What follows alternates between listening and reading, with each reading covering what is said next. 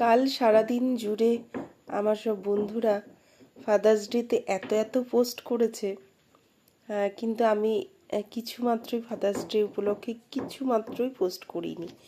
তো হয়তো এর পিছনে একটা কারণ যে ফাদার্স ডের এত এত পোস্টের ভিড়ে আমার বাবার কথাগুলো হারিয়ে যাবে, আর সেই জন্যই কিন্তু কালকে পোস্টটা করিনি।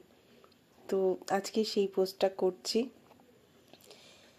দেখো, বাবা সম্পর্কে বলতে গেলে প্রথমেই যেটা বলবো, আমি কিন্তু আমার বাবার প্রতিচ্ছবি। তার মানে এ টু জেড সব কিছুর শিক্ষাই কিন্তু আমার বাবার কাছে। মানে এরকম যদি বলি, ছোটোবেলায় মায়ের কোনো কিছুই আমার পছন্দ হতো না, সব কিছুই বাবার একদম জেরক্স কপি আমি। বাবা চুল বেঁধে দেওয়া থেকে, বাবা জামা কাপড় পরিয়ে দেওয়া থেকে, বাবা স্নান করিয়ে দেওয়া থেকে, তেল মাখিয়ে দেওয়া থেকে সমস্ত কিছুই বাবা। মানে আমি জ্ঞান অবস্থাতে থেকে আমি সেটাই দেখে এসেছি যে আমার জন্য আমার বাবাই সব করে। মানে এরকম হতো, ছোটোবেলায় যখন সরস্বতী পুজোর শাড়ি পরতাম তখন কিন্তু বাবার কাছেই শাড়ি পরতাম।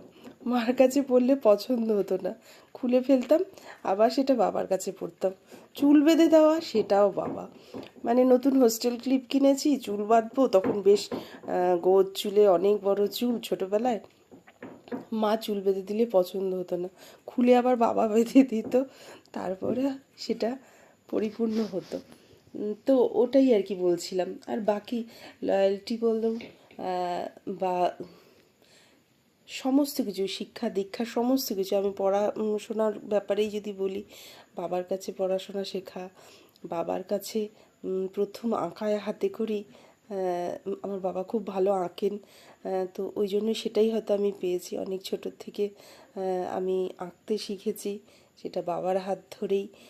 তারপরে তো আছেই বিভিন্ন ইনস্টিটিউটে বা বিভিন্ন আঁকার স্কুলে, পরবর্তী সময় আর্ট কলেজে, এই সমস্ত কিছু নিয়ে কবিতা আবৃত্তি।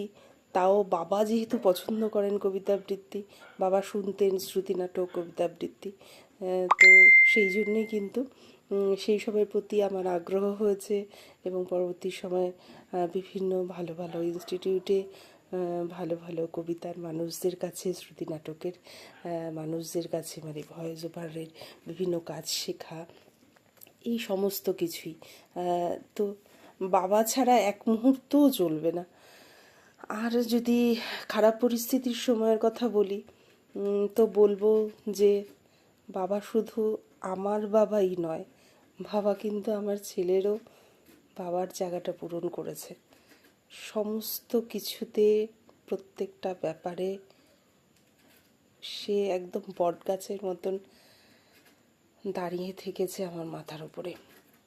আজও বাবাকে যেভাবে পাই, বাবার অনেক বয়স হয়েছে, বাবার এখন প্রায় 85 বছর বয়স, কিন্তু এখনও বাবা যতটুকু আমার জন্য করছে, হয়তো বয়সের ভারে এখন একটু অন্যরকম হয়ে গেছে, একটু খিটখিটে মেজাজ, সব মিলিয়ে যেরকম হয়ে গেছে, তারপরেও বাবা যা করে, যতটুকু করে, সেই ঋণ কোনো দিনও আমি চুকাতে পারবো না। জানি না সবার বাবা এতটাও করে কি না, কিন্তু আমার বাবা যা করেছে, যতটুকু করেছে, তাই জন্যই আমি এখনও বেঁচে আছি। আমি চাই আমার ছেলের, যে এখন বাবার দায়িত্ব পালন করছে, সেও আমার বাবার মতনই সুন্দর হয়ে উঠুক।